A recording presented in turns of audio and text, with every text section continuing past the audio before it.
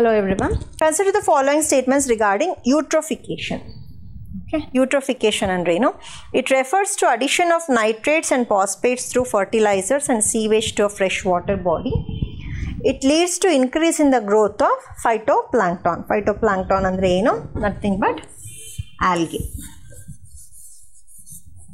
Eutrophication converts eutrophic lake into oligotrophic lake. Eutrophication caused due to human activities is called natural eutrophication. So eutrophication ಅಂದ್ರೆ ಏನು? Nitrates and phosphates ಜಾಸ್ತಿ usually ಏನರಿಂದ ಬರುತ್ತೆ?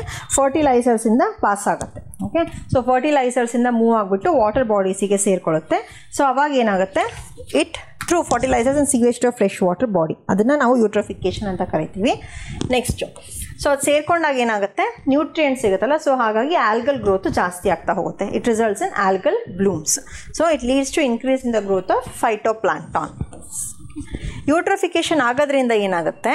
ಆಲಿಗೋಟ್ರೋಪಿಕ್ lake ಇರೋದು ಯೂಟ್ರೋಪಿಕ್ lake ಆಗುತ್ತೆ. ಆಲಿಗೋಟ್ರೋಪಿಕ್ ಅಂದರೆ ಏನು? ಗ್ರೋತ್ ಇಲ್ಲದಲ್ಲೇ ಇರೋಂಥ, ಜಾಸ್ತಿ ಗ್ರೋತ್ ಇಲ್ಲದಲ್ಲೇ ಇರೋಂಥ ಲೇಕು, ಅದರಲ್ಲಿ ಏನಾಗುತ್ತೆ? ಗ್ರೋತ್, ಆಲ್ಗೆ ಗ್ರೋತು ಜಾಸ್ತಿ ಆಗುತ್ತೆ. ಓಕೆ, ಸೊ ಇಲ್ಲೇನು ಕೊಟ್ಟಿದ್ದಾರೆ? It converts eutrophic lake into oligotrophic lake ಅಲ್ಲ, but it converts oligotrophic lake into eutrophic lake. So third statement is wrong. Eutrophication caused by human activities. So ಮನುಷ್ಯರಿಂದ ಅಂದರೆ ಏನು? ಫರ್ಟಿಲೈಸರ್ಸಿಂದ, sewage ಡಂಪಿಂಗಿಂದ ಏನಾಗುತ್ತೆ? ದಟ್ ಇಸ್ ಮ್ಯಾನ್ ಮೇಡ್ ಅಲ್ವಾ? So natural ಆಗಿ ಬಂದು ನ್ಯೂಟ್ರಿಯೆಂಟ್ಸಿಗೆ ಸೇರಿ, ನ್ಯಾಚುರಲ್ ಆಗಿ ಬಂದು ನ್ಯೂಟ್ರಿಯೆಂಟ್ಸಿಗೆ ಸೇರಿ ಆಲ್ಗಲ್ ಬ್ಲೂಮ್ಸ್ ಆಗೋದು ಅಥವಾ ಪ್ಲಾಂಕ್ಟಾನ್ ಗ್ರೋತ್ ಆಗೋದಕ್ಕೆ ನಾವು ನ್ಯಾಚುರಲ್ ಯೂಟ್ರೋಫಿಕೇಶನ್ ಅಂತ ಕರಿತೀವಿ. ಓಕೆ, ಅದೇ ಹ್ಯೂಮನ್ ಆ್ಯಕ್ಟಿವಿಟೀಸಿಂದ ಯೂಟ್ರೋಫಿಕೇಶನ್ ಆದರೆ ನಾವು ಅದನ್ನ ನ್ಯಾಚುರಲ್ ಯೂಟ್ರೋಫಿಕೇಶನ್ ಅನ್ನಲ್ಲ, we call it as cultural eutrophication. Okay, so statement 4 is wrong. So il answer bandu 1 and 2 only. Consider the following statements about agroforestry. See, agroforestry, they are nothing but they are forest conservation measures. Okay, so joint forest management to social forestry, agroforestry ಇವೆಲ್ಲ definitions ಏನು ಅಂತ ನಿಮಗೆ ಗೊತ್ತಿರಬೇಕು. So agroforestry ಅಂದರೆ ಏನು? It means raising of trees in the farm land. ಸೊ ಹೆಸರಲ್ಲೇ agro ಇದೆ. ಆಗ್ರೋ ಅಂದರೆ agriculture, farm land. For commercial and non-commercial purpose, it is a form of social forestry. Central Agroforestry Research Institute is situated at Bhopal, Madhya Pradesh. Okay, so agroforestry andre ಇದು raising of trees in farm land. So ಫಾರ್ಮರ್ಸೇ ಬೆಳೀತಾರೆ, ಅವ್ರಿಗೆ ಸ್ಯಾಂಪ್ಲಿಂಗ್ಸ್ನ provide ಮಾಡುತ್ತೆ government ಕಡೆಯಿಂದ. Minimal subsidy ರೇಟಲ್ಲಿ samplings ಸಿಗುತ್ತೆ. So ಅದನ್ನು ಅವುಗಳ ಫಾರ್ಮ್ ಲ್ಯಾಂಡಲ್ಲಿ ಅವ್ರು ಬೆಳೀತಾರೆ. So both for commercial and non commercial purpose. So social ಫಾರೆಸ್ಟ್ರಿನಲ್ಲಿ ಆಗ್ರೋಫಾರೆಸ್ಟ್ರಿ ಕೂಡ ಒಂದು ಪಾರ್ಟ್, ಅಥವಾ it is one of the types of social forestry. So central agroforestry research institute ಬಂದು ಭೋಪಾಲಲ್ಲಿಲ್ಲ, it is in Jhansi. So statement 3 is wrong. So true ಯಾವುದು? Only 1 and 2. What are the benefits of wetland ecosystem? It helps in controlling of floods, helps in purification of water, it acts as a reservoir of biodiversity, helps in ground water replenishment. ಆಯಿತಾ? So ground water ರೀಚಾರ್ಜಿಂಗಿಗೆ help ಮಾಡುತ್ತೆ. So choose correct answers from the codes given below. So ವೆಟ್ಲ್ಯಾಂಡ್ಸ್ದು ಫಂಕ್ಷನ್ನು, ರೋಲು ಎಲ್ಲದು ಕೂಡ ಇಂಪಾರ್ಟೆಂಟು. So ಇದರಲ್ಲಿ 4 ಕೂಡ they are the benefits of wetland ecosystem. So ನೀಟಾಗಿ ನೋಡ್ಕೊಳ್ಳಿ. ಅಡ್ವರ್ಸ್ ಆಗಿರೋವಂಥದ್ದು, ನೆಗೆಟಿವ್ ಆಗಿರೋವಂಥದ್ದು ಏನಾದರೂ ಇದ್ದರೆ ಅದು ಆಪ್ಷನ್ ಆಗಿರಲ್ಲ. Okay, so they all are positive in nature. So ಇದೆಲ್ಲದು ಕೂಡ they are the benefits of wetland ecosystem. Which of the following option is correct with regard to increasing order of threat of species mentioned in red data book? So red data book ಅಂದರೆ ಏನು? So threat perspective ಏನಿರುತ್ತೆ, plants, animals ಮತ್ತು fungi.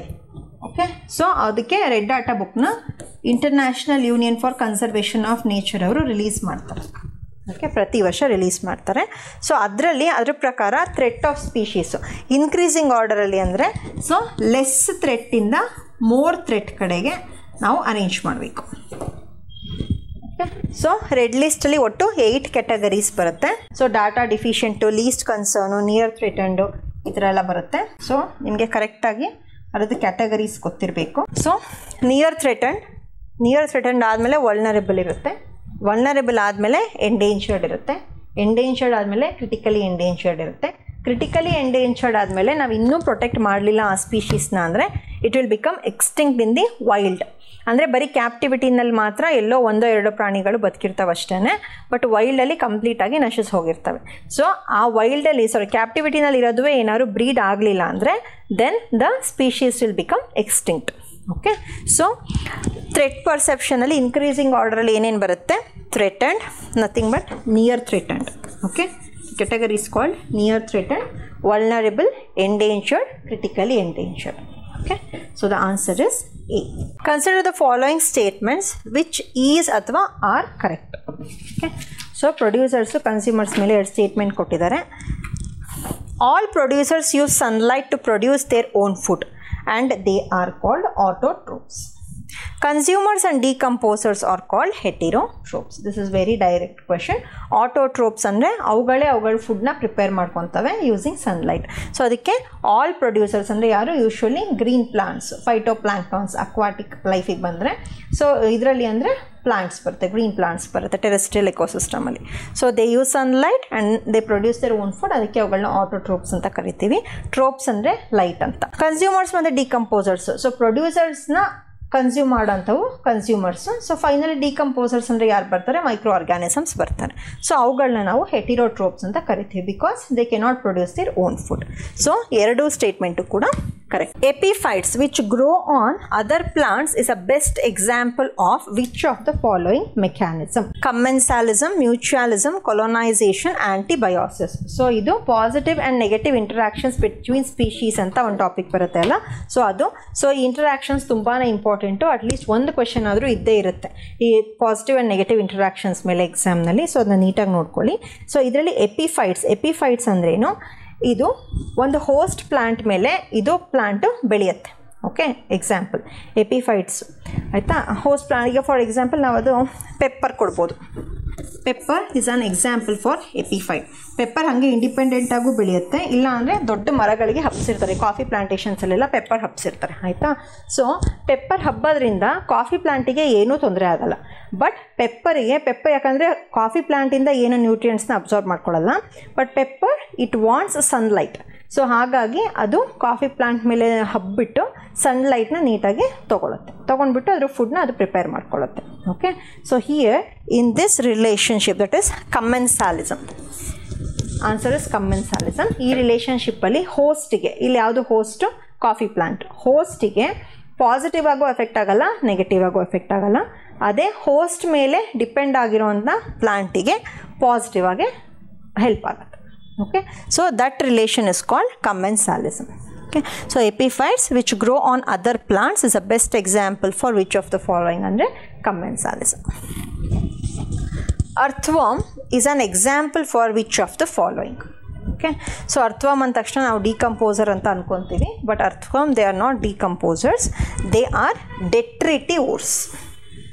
Carnivorous ಅಂದರೆ which consumes other animals, omnivorous ಅಂದರೆ which consumes both plants as well as other animals, decomposers ಅಂದರೆ microorganisms. but earthworms they are detritivores. earthworms ಅಂದರೆ ಏನು ಮಾಡುತ್ತೆ? earthworms they consume the dead and decaying organic matter and again the excreta of the earthworms they will be further degraded. Okay, so dead and decaying organic matter na ಏನು earthworm consume ಮಾಡ್ಕೊಳ್ಳುತ್ತೆ, ಅದು consume ಮಾಡುತ್ತೆ. But ಅದರದ್ದು excreta ಏನಿರುತ್ತೆ, ರಿಮೈನಿಂಗ್ಸ್ ಏನಿರುತ್ತೆ, droppings ಏನಿರುತ್ತೆ, they will be finally divided. Okay, ಅದಕ್ಕೆ full ಕಂಪ್ಲೀಟಾಗಿ nutrients ಇರುತ್ತೆ ಅದರಲ್ಲಿ. ಸೊ ಅದಕ್ಕೆ ಅದನ್ನ ಡೆಟ್ರಿಟಸ್ ಅಂತಾರೆ. ಸೊ ಡೆಟ್ರಿಟಿವೋರ್ಸ್ ಅಂದರೆ earthworm it consumes detritus ಅಂದರೆ dead and decaying organic matter and its manure, ಅದೇನು ಎಕ್ಸ್ಕ್ರೀಟ ಪ್ರೊಡ್ಯೂಸ್ ಮಾಡುತ್ತೆ ಅದರದ್ದು manure, it will be very much rich in nutrients. Okay, so as earthworms they feed on detritus, they are called detritivores.